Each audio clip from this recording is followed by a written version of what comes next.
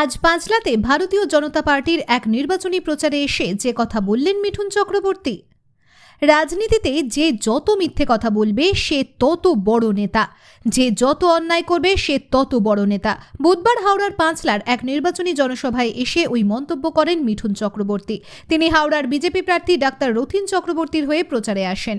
তিনি মঞ্চ থেকেই বাংলা ছায়াছবির বিখ্যাত সংলাপ "আমি জলঢোড়াও নই, হেলেও নই, জাত কেউটে" বলেন মিঠুন। এই জনসভায় বিজেপি সমর্থক ও সাধারণ মানুষের উচ্ছ্বাস ছিল চোখে পড়ার মতো। তিনি আরও বলেন, বাংলাতে নতুন সূর্য এবং উন্নয়নের ধারাকে চিরস্থায়ী করতে এবারের হাওড়া সদরের ভারতীয় জনতা পার্টির প্রার্থী রথীন চক্রবর্তীকে বিপুল ভোটে জয়ী করুন এবং যশস্বী প্রধানমন্ত্রী নরেন্দ্র মোদীজিকে পুনরায় প্রধানমন্ত্রীর সিংহাসনে বসতে সহযোগিতা করুন। মোদীজি পারেন ভারতবর্ষকে বিশ্বের আসনে শীর্ষে পৌঁছে দিতে। মিঠুনের জনসভায় উপচে পড়েছিল সাধারণ মানুষের ভিড়। প্রশাসনকে হিমশিম খেতে হয়েছে ভিড় সামলাতে গিয়ে।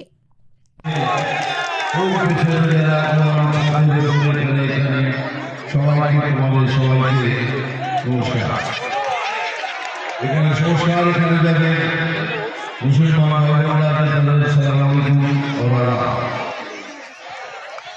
আমি তো বক্তৃতা দিই না, আমি কিছু কথা বলি, তবে আমার সত্যি করে এখানে এসে ভীষণ ভালো লাগছে। সেটা আপনারা সত্যি করে যদি শুনতে চান, সবাই শুনে আপনারা ভালো করে শুনতে চান। আর জানি ক্যামেরা কিনে যে ফোন আর তাতে ছবি তুলবেন নিতে পারে, আগামী সেই কাজটা করে নেবে। তুলুন আপনারা তুলুন।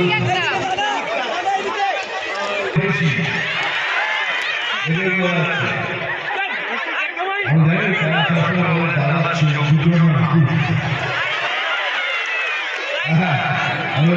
বলছিলাম তখন শুনছিলাম এই বয়সে দাঁড়িয়ে কি দেখতে পারি, আমার বয়সটা কত আমরা জানি, আমার 7 বছর বয়স। জ্বালাবে জ্বালা মনে পড়ে গেছে।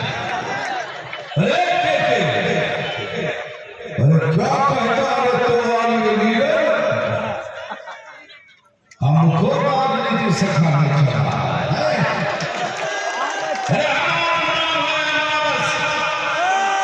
हम किसी की कुर्सी नीचे से खिसकाएंगे।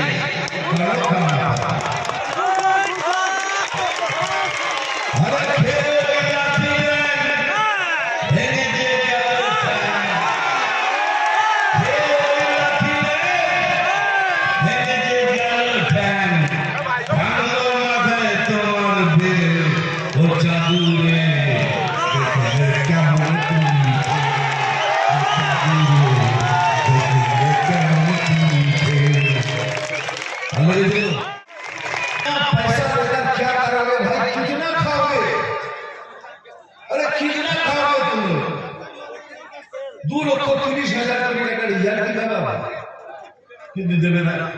আরে এদের অ্যাকচুয়ালি ভোট ব্যাংক মুসলমান ভাই বোনরা বলে ওরা দুধ দেয়, তোলে লাঠি খাবো, যে দুধ দেওয়া বন্ধ করবে লাঠি মেরে দেবো।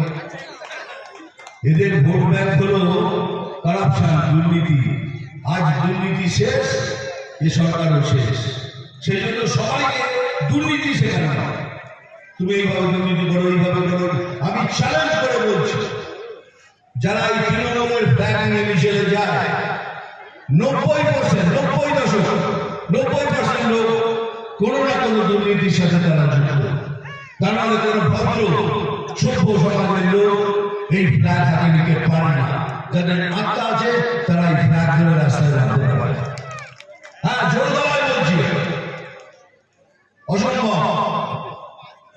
যাই হোক, আপনাদেরকে কি প্রশ্ন করবো এটা জানাবেন কেন?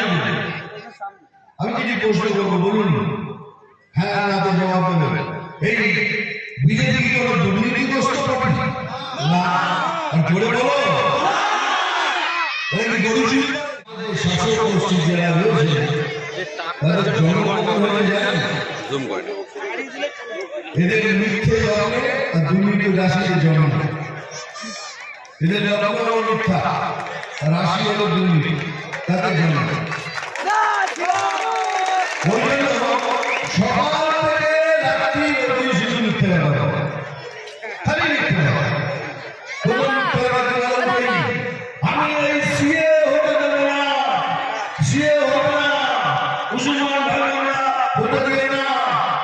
আরে কতদিন ভয় লাগাবে না ওদের ভয় দেখিয়ে আর এতটাই পেছনে পড়ে গেছে যে ওরা এগিয়ে আসতে পারছে। আপনাদের চ্যালেঞ্জ করছি আমি মিঠুন চক্রবর্তী, সিএএ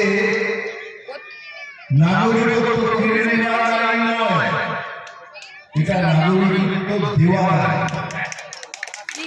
যারা এখনো নাগরিক হয়নি তাদের নাগরিক করে দেওয়ার আইন। আর যখন নাগরিক হয়ে যাবেন তখন সরকার থেকে যত কিছু পাওয়ার সব পাবেন, কিন্তু আপনি কি করবেন না, যদি না করেন কি হবে? কার্ড ছাড়া কিছু পাবেন? কিছু পাবেন না। আমরা রেখে দেবেন ওগুলো কার্ড কি আধার কার্ড, আধার কার্ডটা আপনার সত্যি হওয়া উচিত। কেন পয়সা দিয়ে সব জালি আধার কার্ড বানিয়েছে, যাকে পেরেছেন পয়সা দিয়েছেন জালি আধার কার্ড, সেই জন্যই একটা প্রবলেম হচ্ছে, এই জন্যই একটা চেষ্টা নিচ্ছে হতে দেবো না, হতে দেবো না।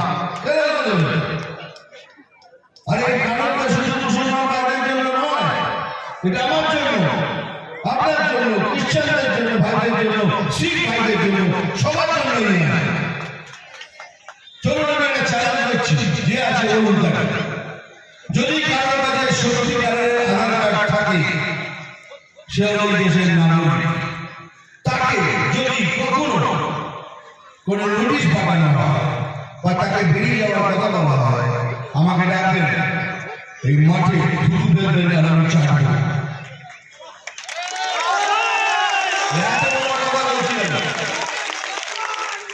বড় কথা বলছি, আমি চাটবো। আপনাদের থুতু যদি মিথ্যে বলবেন, এই সব মিথ্যে বলছে, মিথ্যে বলে আপনাদের ভয় দেখাচ্ছে, জীবনে আপনাদের আগে আসতে দেবেন না।